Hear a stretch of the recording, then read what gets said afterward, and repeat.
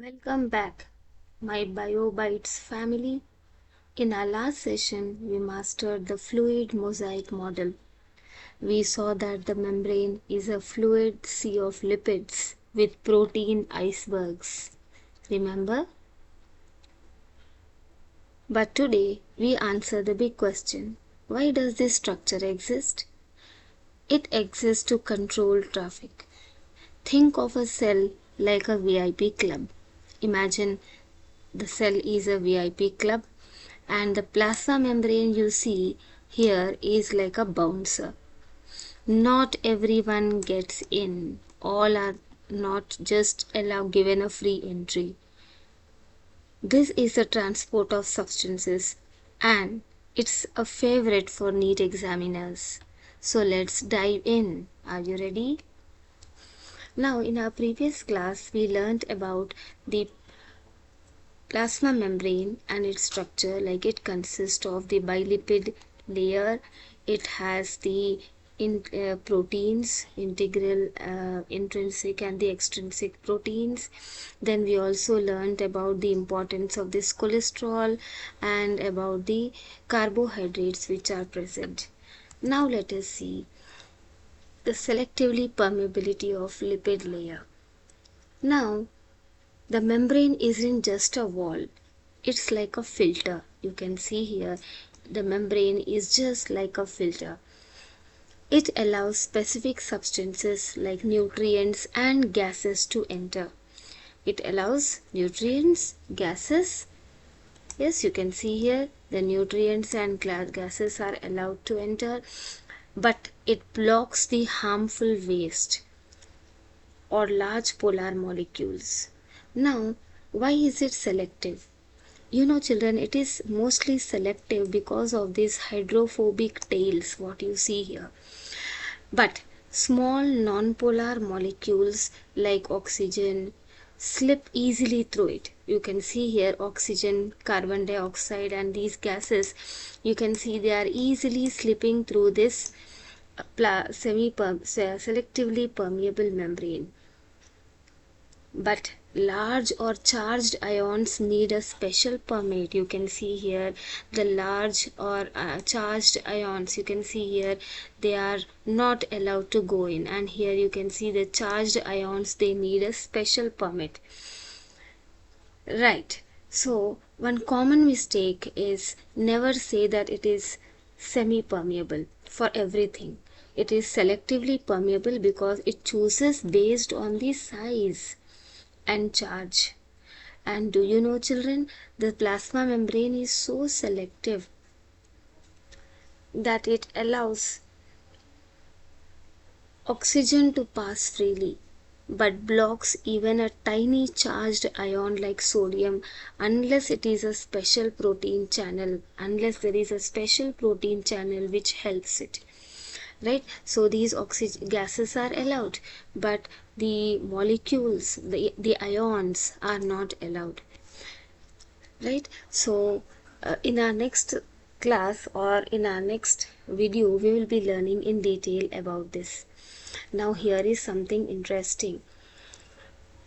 Right, so the membrane prefers non-polar molecules and resists the charged ones. The reason why it allows the oxygen and carbon dioxide, right, and resists the ions, because ions are the charged molecules. So these charged molecules are not allowed. So we will be learning the special pathway for these ions, how they are allowed inside. Now let's talk about diffusion. So children, diffusion is the simplest form of transport. Now imagine you are opening a perfume bottle in a room. So you see the scent spreads. Now in a cell, the molecules move from higher concentration to lower concentration, right, till the concentration becomes equal both the sides. Right, so here you can see diffusion. We have already learned in our previous classes that it is just a passive process. So you can see diffusion is just a passive transport. That means where no energy is required here. right? So no energy or no ATP is required, and it always moves down the concentration gradient, means always moves from higher concentration to lower concentration till it reaches a dynamic equilibrium. That means till the equilibrium is equal both the sides. But remember, at equilibrium molecules still move in and out, right? So the example of diffusion, you already know, the oxygen intake and the carbon dioxide release. Now let us talk about the most important one, that is osmosis, right? It is a special type of diffusion, but it is here water plays a major role. It is the movement of water through a semi-permeable membrane or across a semi-permeable membrane. So water moves from the higher concentration to lower concentration through a semi-permeable membrane. And already in your previous classes you have learnt about the hypotonic, isotonic and hypertonic solution, right? So just remember a small tip I am giving. Hypo means, remember, hippo, right? Hippo means hippo. A hippo looks very thick and very bulky, right? So just remember, hypo means hippo. So that means in hypotonic solution you can see the cell swells, right? So when an animal cell is placed in hypotonic solution, right, the cell swells. Why? Because water moves in and osmosis. Whereas hyper means more. So when in hypertonic solution water comes out, right, and you can see the cell shrinks here, right? So but in isotonic solution, right, there is no net movement of water. That means how much concentration or amount of water goes in, the same amount of water comes out. So everything is balanced in isotonic. Now here there is something amazing. Just remember children, if these red blood cells are placed in pure water, right, if I place these RBCs in pure water, the water rushes inside so fast that the cell will swell and burst. This is called as hemolysis, right? So you are aware of the term lysis. Lysis means break down, and hemo means blood, right? So hemolysis is a process where the blood cells will just swell and burst, right? So osmosis is not just a theory, it can actually destroy a cell, right? So you need to remember, in osmosis, when the cell is placed in hypotonic, it swells and bursts. Hypertonic, it shrinks. And isotonic, there is no change or no net movement, right? Now next let us learn about this. Now we will learn about the differences between simple diffusion and osmosis. Now if you see, in simple diffusion we had the substances in the form of gas which were very small molecules, whereas in osmosis we had only water. Now in diffusion it was from high to low. Even in osmosis it is from higher concentration to lower concentration. Whereas the most important point lies here.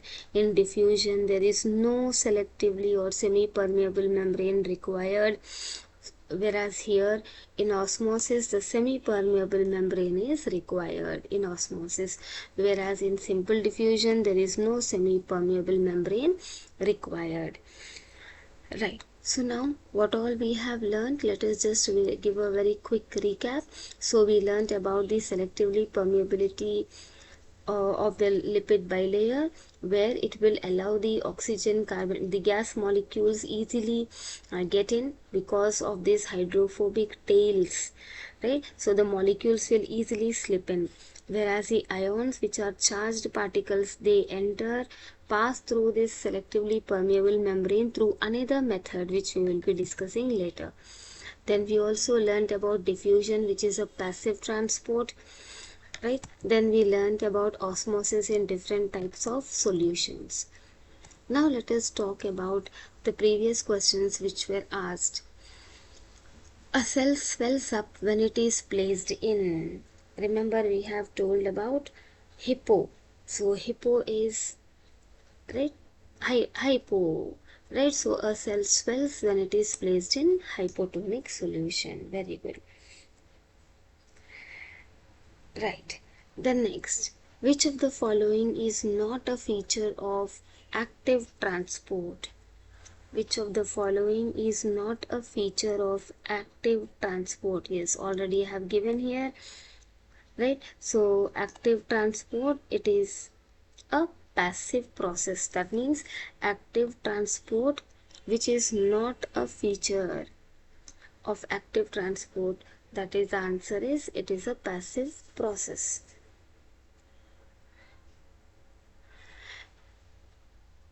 The process responsible for facilitating loss of water in liquid form from the tip of grass blades at night and in early morning is. So here they are talking about the process responsible for facilitating loss of water in liquid form from the tip of grass blades at night and in early morning is. Yes, so it is root pressure, right, where water moves in through root pressure. Then next, so plasmolysis, you know what plasmolysis is? It is where the cell membrane shrinks. It is not imbibition, it is not transpiration, because transpiration occurs, that is the evaporation of water in the when there is sunlight. So it is, the answer is root pressure. Movement of water through a semi-permeable membrane from low solute concentration to high solute concentration is called, of course, one and only, osmosis. So children, thank you. Keep learning, and in our next video we will be talking about the process of active transport, how these ions are transported. Keep learning, happy learning, and all the very best.